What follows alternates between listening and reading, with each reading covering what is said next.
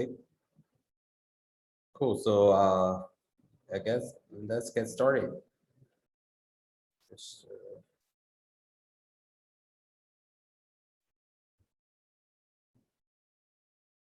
Okay. So today is February 16th, and we're going to have good morning, everyone. So today we're going to have topics under 3 parts. So the first part will be design proposal. Sun Bin Yi, we're going to talk a little bit more about the multi-memory replica design.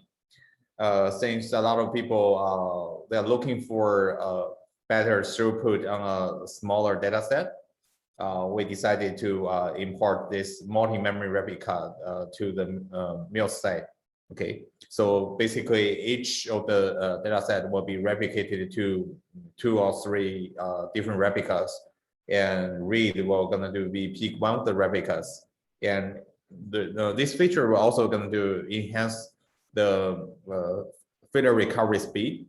Okay, so the second topic we're gonna do be implement Restful API for Milvus 2.0.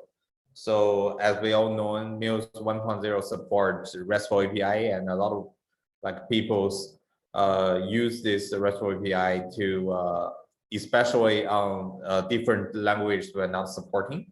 So I believe Milvus 2.0 should also have a Restful API interface. And today we're going to have a quick discussion about the implementation details.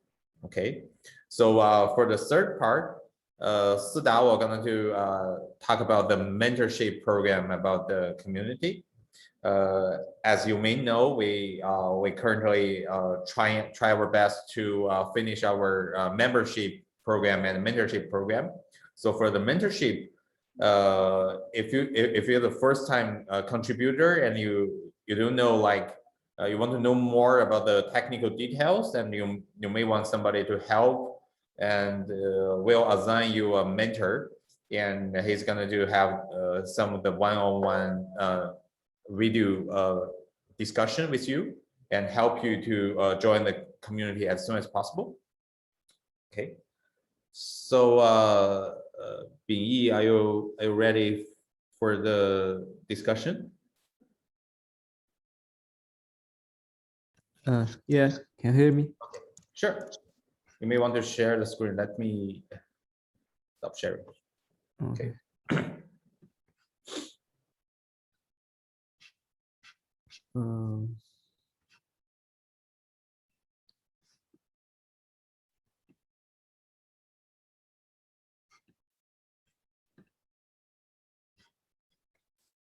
Oh, sorry. I will change my. Okay. You have to restart the Zoom, right? Yeah. Yes. Okay. So anyone want to take the lead? Sida, do you want to share a screen first? Yeah, of course.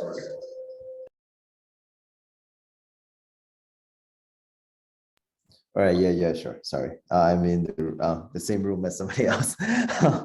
And so, okay, I'll share my screen. Can you guys see my screen? Okay, sure. So hi everyone. I am Sida. I am a very active member in the Milvus community, and I do a lot of solution architect related kind of stuff. And so today I will introduce our first attempt of the Milvus mentorship program, and here to get started. All right. So in the Milvus project, in the Milvus community, we believe that community is always more important than code.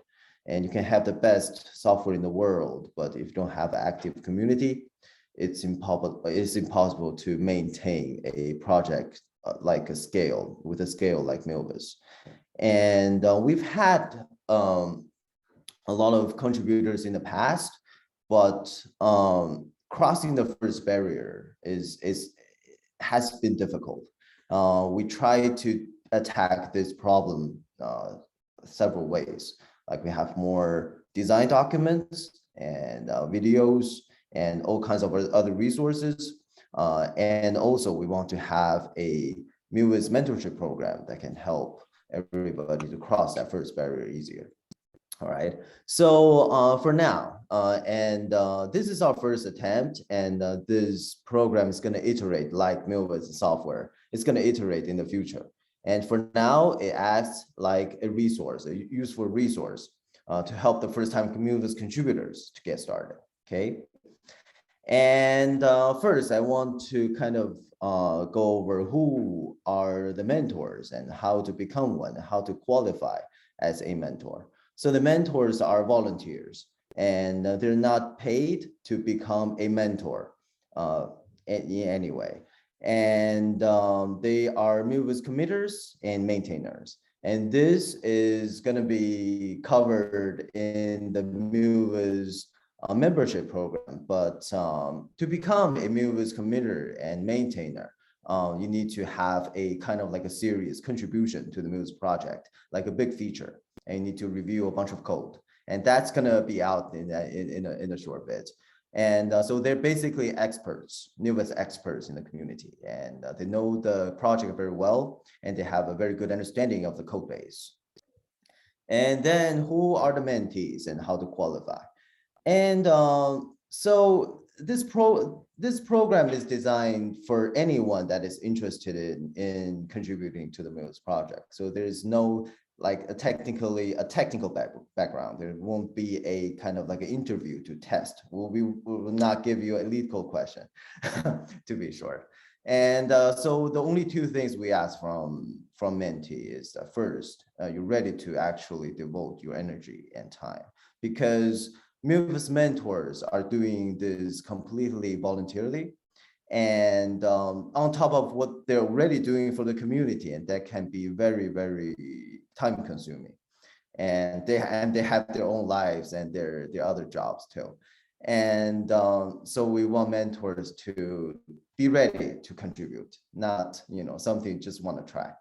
And second, we want mentees to have a task already at hand. So you know what you already want to do, and you have a clear kind of objective before you apply.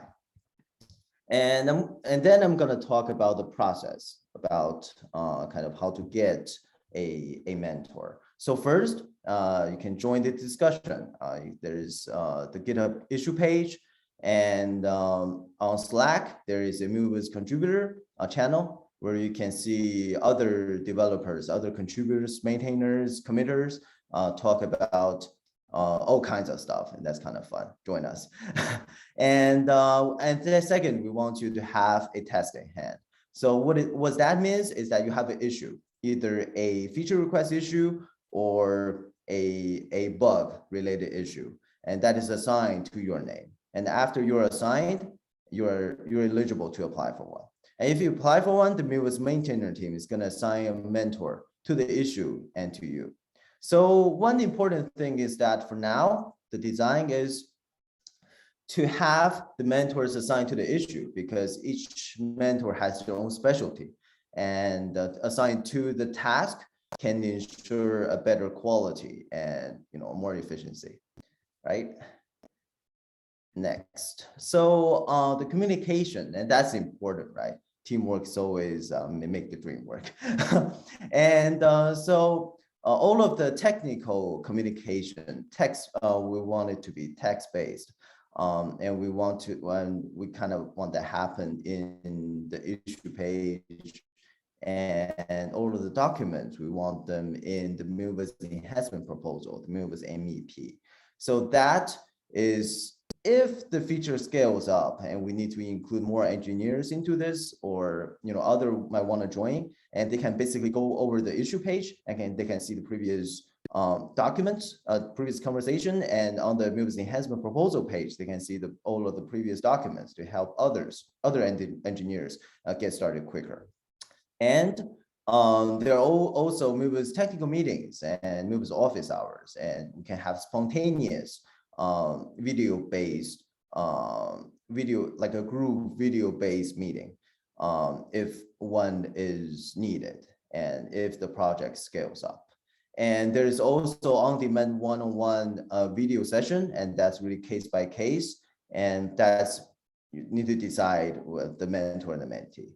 And also for some of the mentorship, the mentor might ask to have an initial one-on-one to hear about project proposal. And so what you want to do, what the mentee want to do, and what are some of the plans. And we also expect to have some sort of like a project management, like deadlines and short-term, long-term goals and those kind of things to be set up first.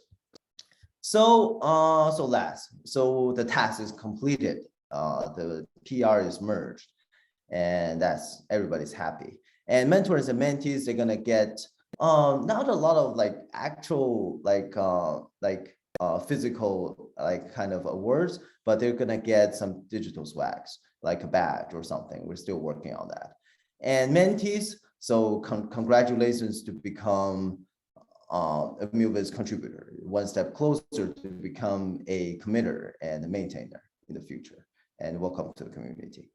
And so that's all I have. And all of these will be in a document hosted on the Milvus GitHub page.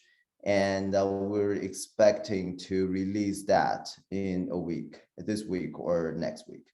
So be ready to take a look. And so that's all I have. Do we have any question?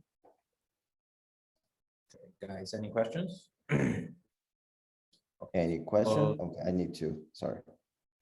Can you I have repeat? one question. So do we have any designs for the digital specs already, or? We're working on that, and we have some candidates, I believe, and we will kind of release those, get those ready next week, hopefully. Some ideas ready next week. So currently, Milvus project will have like 5 maintainers in the list, and Yes. I thought in the near future we're gonna have our first committers group. So I guess we'll have around 6 or 7 committers together with the 5 maintainers. Those should be the mentors list, right? So if any of the like committers and maintainers volunteer to be the mentor, please let me know. And if anyone interested to be mentor, also let me know, and I will try to like assign the best person who knows the code part. Yeah. And also, if you want to join the program, you can also go to Sita, and he is really active on the Slack channel. Yep, my name on the Slack channel is Sita Shen. It's my name you're seeing now. Hopefully, yeah, it's my name Sita here. Okay. Yeah, reach out to me. Yeah, if you're interested. All right. Sure. Okay. Okay. That's all I have. Cool. Thank you. Okay. So next part, let's go through the Restful API design. I thought Anosh is here, and also Kanoa is here. Correct me if my pronunciation is wrong, right? And Chen, are you ready? Yes.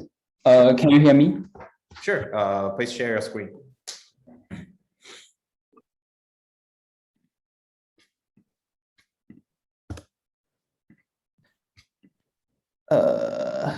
Oh, you need to restart, right? Also, Yes. yeah, if you're first time to join the technical discussion, you probably want to do try to share the screen, and they probably need to restart for the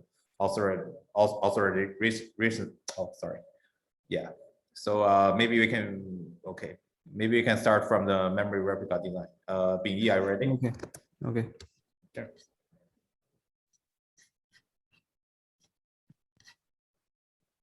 Oh, wait a minute. I'll share my screen. Okay. Wait, can you see my shared Yeah. screen? Sure. Okay. I write an MEP about the design of the multiple memory replication. Okay, let's start. We want to add a new feature that maintains then maintain multiple segment replications in query nodes, and which is to improve the QPS and support fast failover of query nodes. As we know, for now, Milvus holds a replication per segment, and when requests are reached in proxy, it will listen to query nodes to execute the search request. And if the QPS request is large, the query nodes resources will be exhausted, and to improve the QPS, we will let the Milvus hold multiple replications on segment level and on segment level load segments on different query nodes. So if a query node is doing a search result on a segment and other request arrives, we can just resend the request to another query node which have a replication of the same segment. Besides, if a query node crash, for now we have to wait a segment being reloaded, and if we have multiple replications of segments, we can resend the search result to another query node immediately. So that's the motivation, and the concrete design details is we split it to two parts. The first part is how to do the balance of segments. If a new segment is needed to be loaded, we will try to allocate it to multiple different query nodes. If the number of query nodes is less than the replication number, we will just hold the number of query nodes replications. And it's not necessary to wait all replications to be loaded successfully, because replication can support the search results. Okay, this part is easy to do based on the current code. Okay, the second part is about the search. I'll split it to three parts to introduce. The first part is cache. How to do cache? Milvus will maintain cache mapping segments to query nodes on proxy, and this cache will be updated periodically, and for example, 2 seconds. Will update per 2 seconds. When proxy receive a request, Milvus will get all sealed segments needed to be searched from the cache and try to assign them to query nodes evenly. And for growing segments, proxy will also maintain channels to query nodes cache and send requests to corresponding query node. Okay, and because of the inaccuracy of the cache on proxy, some segments or channels may have been moved to other query nodes at that moment.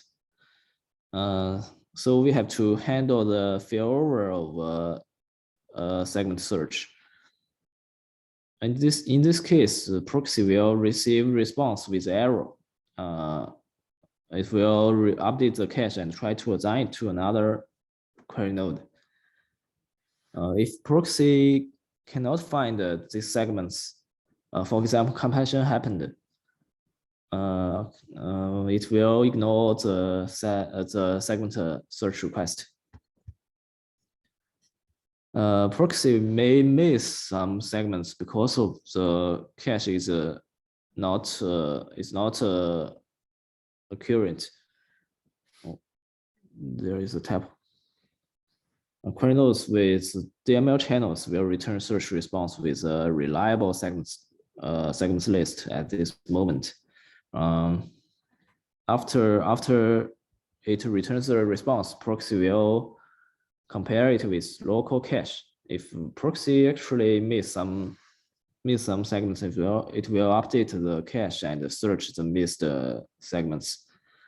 By the way, we will in my design, I will split each segment to a search task, and I will send the task to corresponding query nodes. If the query nodes doesn't contain a segment, it will return immediately to inform the proxy to send the segment search request to another query node.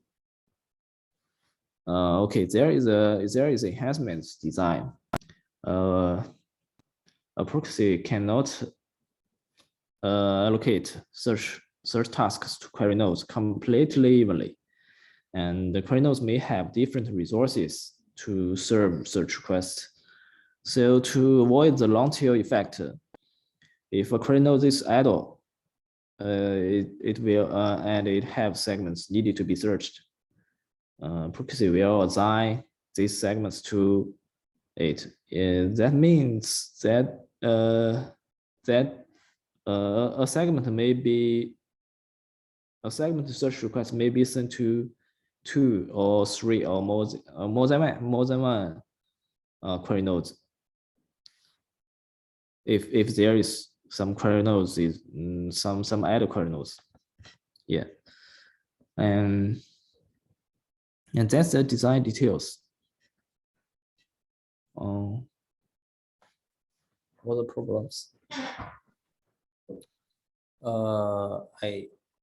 I have some questions. I'm a little like confused about the overall search mechanism. We probably need a graph to show about the different steps, like where the cache is located, and what happens if the cache are invalidated. Let's say if you do some handoff, and we may have more sales segments. How do the proxy know that the cache is I mean the cache should be invalidated and refill from the query core? We probably need like more detailed graph shows about the different steps, like how I thought you're gonna know from from the channels where the exact segment number is, right? But how do you know that? Like, what is the data format that return to the proxy so they can know they should invalidate the cache? Do you mean that we need more graph to? Yeah, I guess we should have one graph like about the search process, right? If the request goes to the proxy, what should they do? I guess it should probably like fetch all the segment infos from the local cache, right? Yeah. And once they know the cache, they're gonna know like which where the segment is located, like which query node it is located. Probably Yes. you have, if you have memory replicas, you're gonna do a round robin or whatever. You need to decide one of the replicas and send the request. Yeah. And are we going to use gRPC, or we're still using the query channel to go through all the replicas? Yeah, we will use the gRPC to send the request. Okay, so we'll have to know the location for all the sealed segment. Then we send the request to the query node of each segments, right? Yes, the location of segments is maintained in the cache. If we can't find it, we just update the cache. Okay, so you're going to refill the cache from the query core, right? Yes. Okay, so all the segment location information and replica information should be maintained in the query card. Yeah. And okay, so if you have, let's say if you have 10 segments, then if you have 3 replicas, then totally you're gonna have to have 30 replications, like 30 different segments. And the first part will be going to be balanced, and you are going to make sure different replicas will be on different query nodes, right? Yeah. That's about the balance part, right? Yeah. So we can just locate segments to query nodes evenly, which is easy to implement right now. okay. So I think we better have a diagram or illustration about the segment allocation. So let's say if you have 3 segment, 3 query nodes and 2 replicas, like you will make sure different segments will be on different query nodes. Yes. Okay.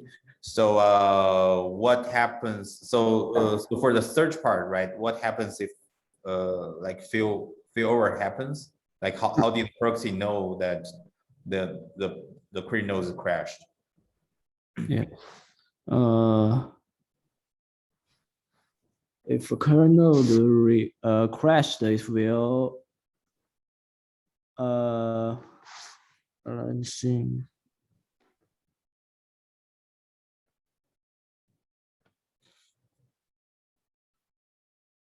Oh, if a query node crashed, the request to search, the search request will fail.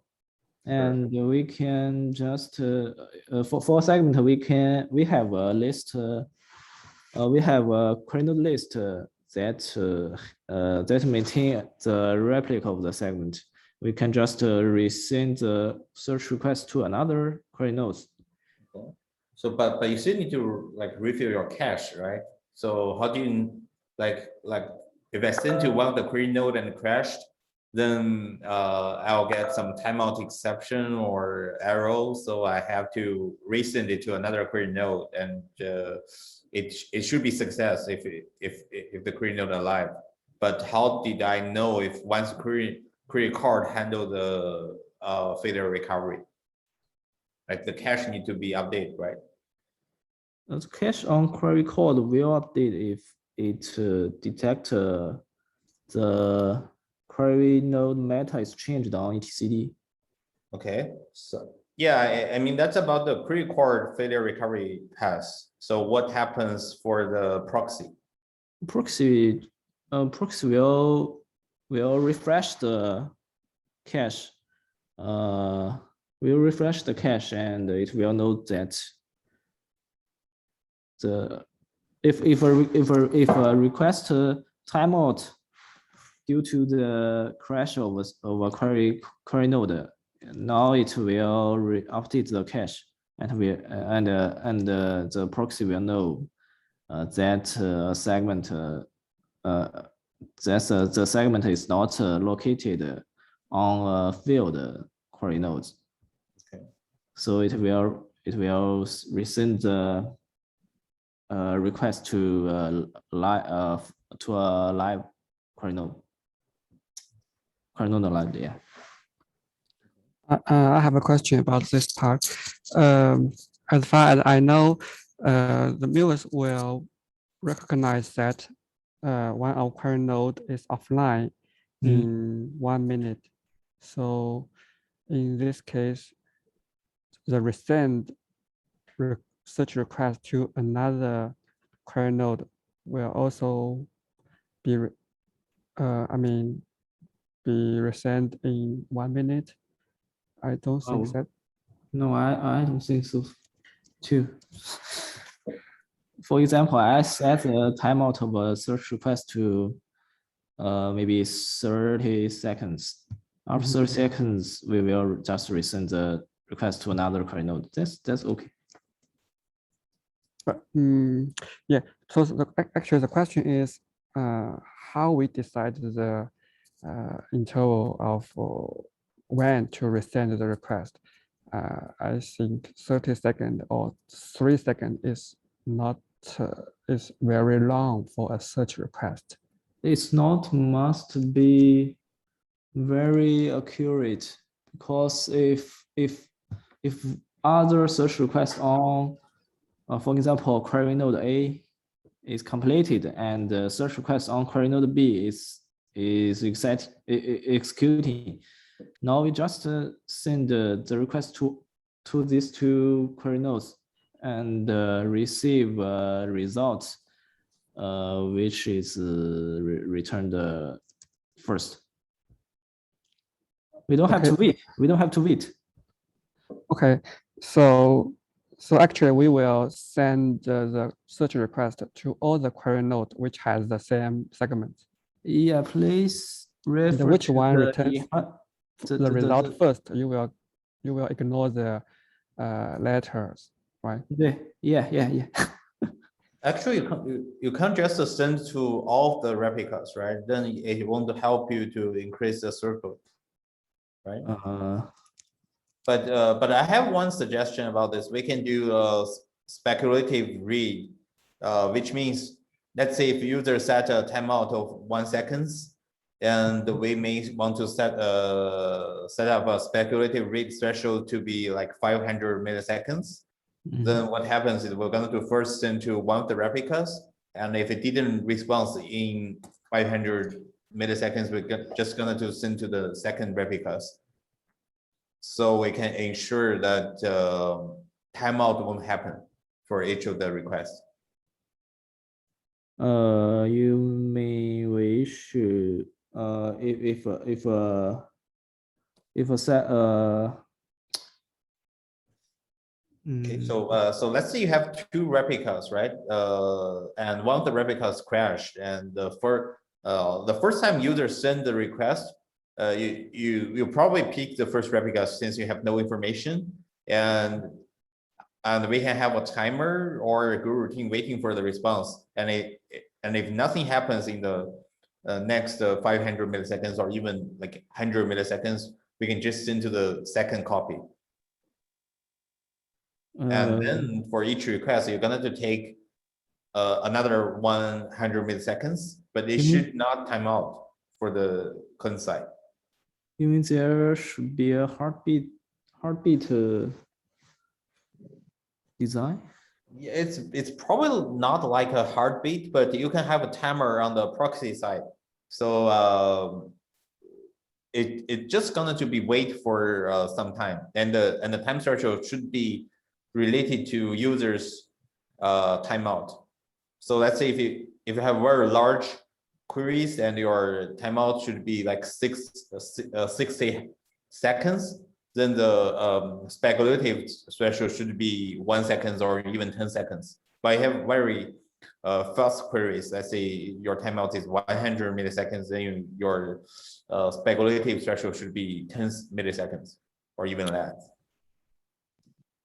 100 milliseconds. I think 100 milliseconds is a little small for the request, for the search request. Yeah, I mean that all depends on the user's timeout, right? So user should set the correct timeout based on the their query, their search sets or their data sets, right? If you have a very large data set, you'll probably need to set a higher timeout, and then the speculative timeout should be also a little bit more than expected. Otherwise, you're gonna you always do speculative read, and it will incur the issue that each search will be executed multiple times. Okay. Right, but on the other way, right? If you want to like very high availability, you want to ensure that it works perfect. That you don't. I mean, you don't want to like even 10 seconds, 10 milliseconds failover time. Then you should probably set the threshold to 0 milliseconds. Then we're going to send the request to 2 of the copies, and at least one of the copies should be returned. Yeah. Yeah. But we should not send all segments search requests to all query nodes. We want to do the replications for to improve the QPS. So we the best case is we send a request to query node 1 and in and it doesn't return in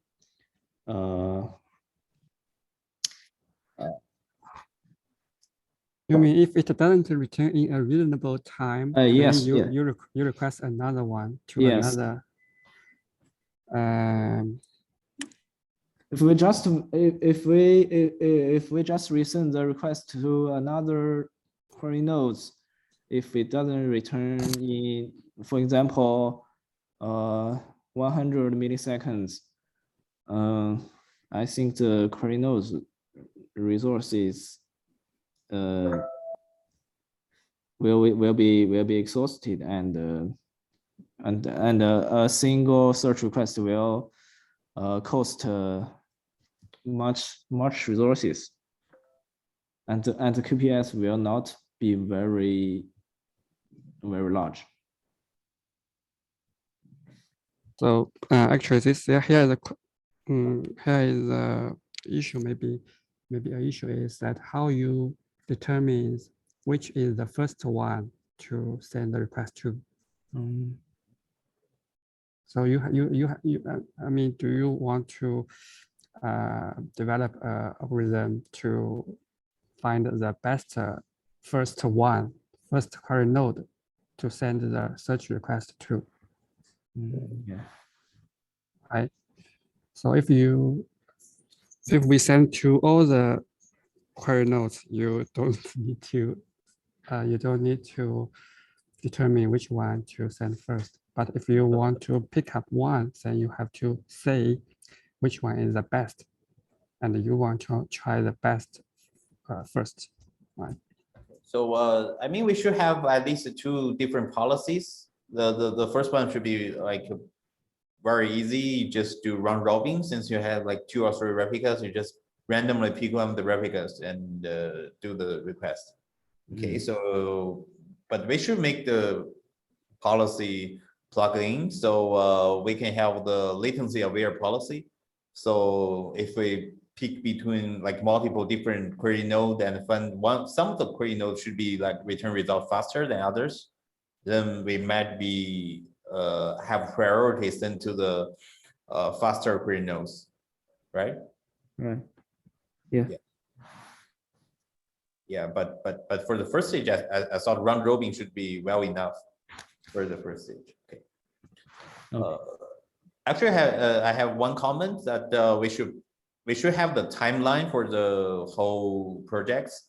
Like when do you want to check in the code? What kind of tasks you're gonna do run, and like when it should be production ready? Yes. Well, I will start to implement next week, and I set the deadline to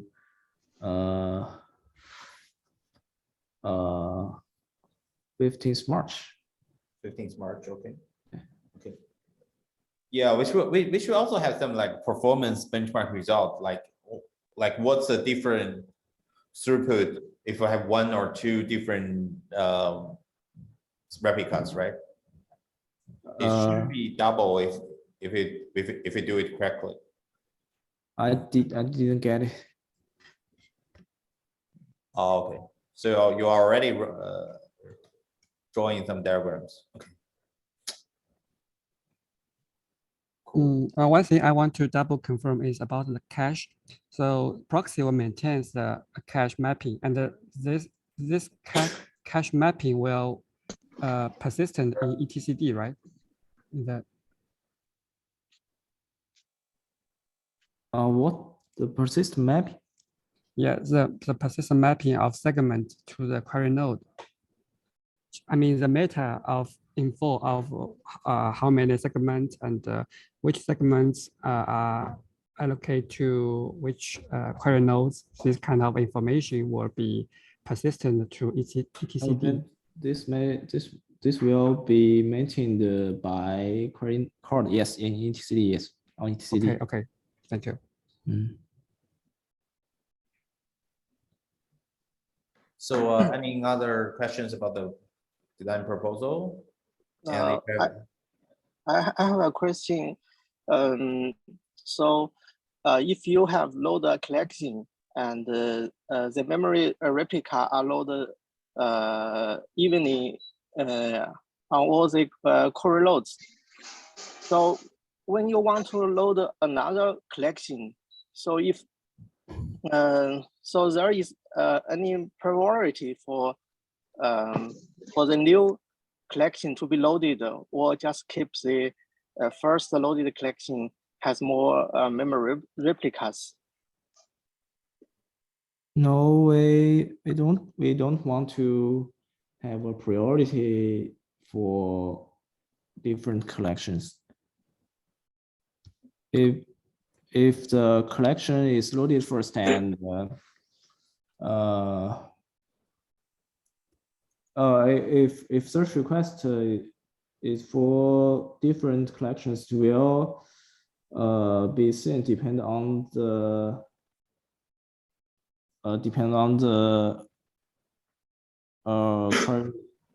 query node workload. So this question is a balance between the availability and the copy and the query performance. So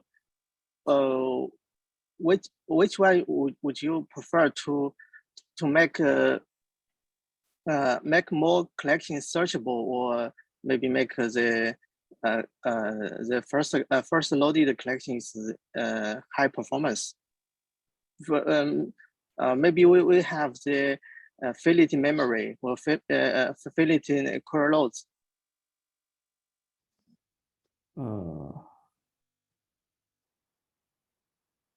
My suggestion would be we just follow the operation rules. Like if you first change the replicas from 1 to 2, then we'll first do the to load multiple replicas. So once you do another load on the other collection, you'll get a fail because you don't have enough memories, right? We don't have a priority between memory replicas and load a new collection, because that would be very confusing. Because if user don't have enough memory, they have multiple memory replicas. Once they load a new collection, they will see the previous collection has lower latency and throughput, and that's really confusing because they don't know the mechanism we're going to release one of their memory replicas, right? We should just let them know that load it fail because we don't have enough memories. Does that make sense? Yes. Agreed. Okay, so I guess if any of the other guys you have any like comments or questions, you can just leave the comments under the MEP plan, and we should have like more detailed information about the MEP. Sure. Okay. I guess that's for the second topic, and the third topic will be the Restful API design. Chen, are you ready?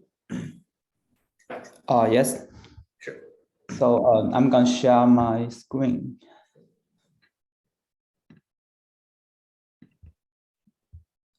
So can you see my screen? Yeah. Okay. So let's get started. I'm Noah Chen, and you can find me on Slack. And I'm with the Milvus infra team, and we are working on how to deploy Milvus on Kubernetes better. So yeah, that's a brief introduction. Let's get started. So today we are gonna talk about the Milvus to Restful API implementation, and we are going to covering the following 4 parts. Mainly, we should talk about the web server module, and we will also talk about the API layout and our task list in case anyone in the community want to join us. And last, we will talk about approximate timeline. So the below message can be found in the MEP20. So first, about the web server module. If you want to add a web server in the Milvus, so this is the architecture picture I copied from the Milvus official website. So we can find that all requests go into the access layer first. So if you want to add a web server, we have to add it before this layer. So let's take a closer look of the Milvus proxy. So here is how the data goes in when a gRPC request is sent to Milvus. So the gRPC call is first received by the gRPC server, and the server, which is implemented by the gRPC framework, will parse the protobuf and format a request struct, which is sent to our gRPC method handler. And the method handler will wrap it into tasks and send it to the task scheduler, which has many queues to deal with the request. It has DDL, DDML, DQL. We don't have DCL yet. So the task scheduler will then do some pre-execution, like request validation, or set some default values, or something Bing has just talked about in the previous talk. So then the request will be forwarded to other parts of the Milvus. So if you want to add a web server module, we should add it. I guess we should add it here in the green part of this picture. So when we should add a web server to receive the HTTP requests, and a web handler to handle certain methods and translate the HTTP request to the gRPC request structure. And the rest thing, we can pass it to the gRPC handler, and the handler will do the rest jobs. So in this case, we can reuse the code from gRPC handler to the later calls, including request validation and other things. So, so far, any questions about the web module? I have one question. So for the web handler, are we going to delegate all the requests to the gRPC handler, or we'll have like one common interface and the web handler and gRPC handler share the same interface? I guess it will delegate each request to the gRPC handler. Is there a problem with that? Okay, sure. I mean okay, sure, no problem. Yeah. Okay. So this is a general design of the web module we will add to implement the Restful API. So all the things left-hand side of the green dotted line is inside the Milvus proxy. So the web module will generate integrated inside the Milvus proxy. So the Milvus proxy will have another port listen to HTTP requests.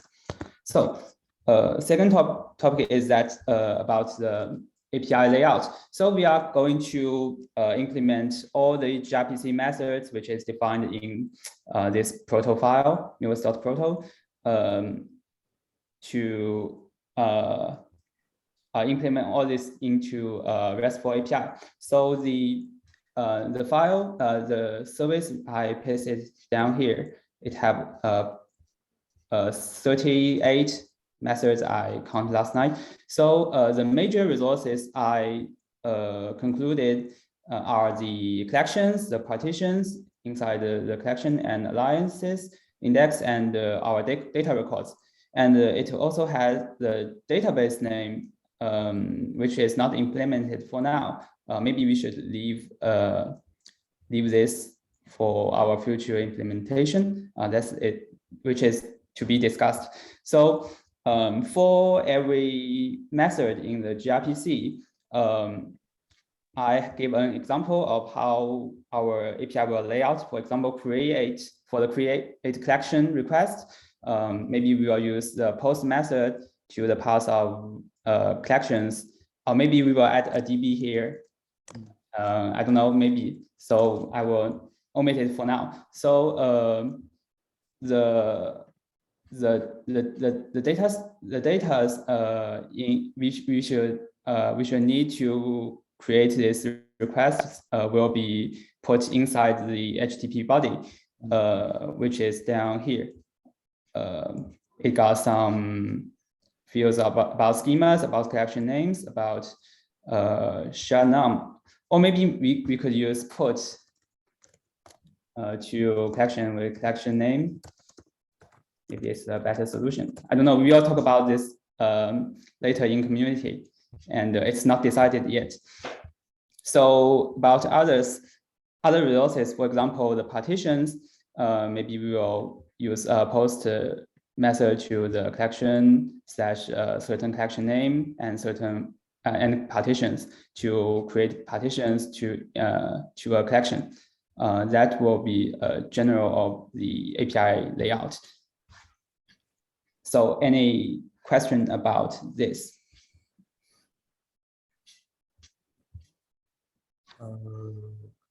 So like what is difference between put and post? How do we decide which put or post?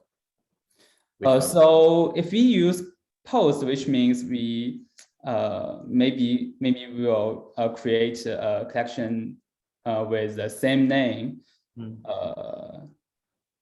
separately, and if we use put, we won't endure the duplication of the collection name. Yeah. Are we because later on we're gonna have some like security support such as the ACL as well as user password, right? Like is it easier to extend the username and password in the RESTful API?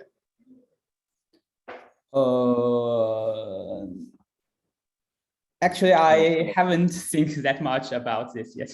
Yeah. I suggest we could put the authentication token in the just header field or something like that. Yeah. That may work. Yeah, since we want to also pass through the password, and I thought we should have like certain kinds of the we should enable TLS or something else to help. At least we shouldn't like pass the password directly to the server, right? We probably need to think about this. Yes, there is still much things to be think about. This is just I think we can add DB for that. Okay. Like any details? Probably we can go with making the API with database to link it. Okay. Sure. Yeah, we can discuss offline, and if you have any questions or suggestions, we should put into the comment below the MEP, right? Yeah. Cool. One other question is what kind of web server we're going to use? We talked about this on Slack yesterday and the day before. So Jing is the most widely used web framework of Golang, and so I guess maybe we'll use this. Sure. Yeah, I also vote for Jing. If anyone has other issues, we can like discuss this later. Sure. Yeah. So I'm going. So and for the things we gonna do next, we're gonna first there is a preparation stage. We're gonna refine these detailed designs, and we're gonna decide the web server framework we should use, and we will initialize a framework together to provide an example of our API code, And next, we can dispatch our jobs to everyone in the community. Everyone want to contribute can first claim part of the APIs and then finish them. Things we are going to do is to first convert the gRPC method to Restful, and then we're going to implement a API handler for this method to translate the HTTP request to gRPC request structure. And we'll write a unit test with maybe Go HTTP test package. And I provide an example for this. It can be found in the MEP document. So the last thing is that the QA team might do some integration tests about all the APIs to see if it can function correctly. So the approximate timeline, I guess, will be, I reckon will be the preparation. We are gonna finish it in next week, and the coding may take 2 to 4 weeks according to the number of contributors. We for now we got Anosh and another friend, Aka, I guess. I don't know how to pronounce his name. So and the testing phase may take about, I guess, 2 weeks. So there will be 5 to 7 weeks in all, and we may approximately finish it by the end of March. Yeah, that's all the things I got to share today. Yeah. Like, are we gonna have some integration tests, or just do some unit tests? That should be well enough. Pardon? Like, are we going to involve all the QA team for the integration test about the RESTful server?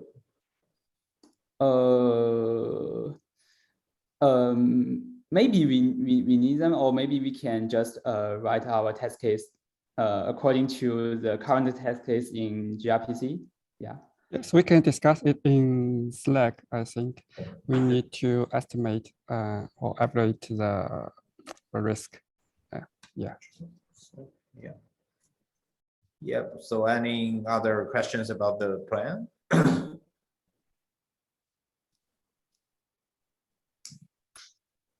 Okay, so we have one Slack channel about the RESTful server design. So if you're interested, or if you want to use it, please join the channel and we can have further discussion in the channel. Okay, cool. So guys, thanks you for joining the tech meeting, and that's pretty much for today.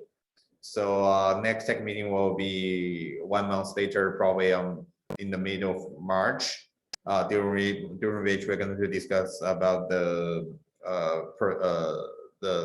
time schedule for the 2.1 release, and we'll also go through some other design details.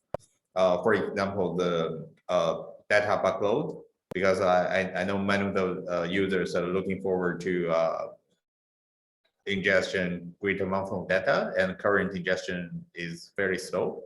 So I think backload should be one of the topic. We also have a discussion on the membership of the community, and probably some timeline for the 2.1 release. Okay, thank you guys. That's it. Bye.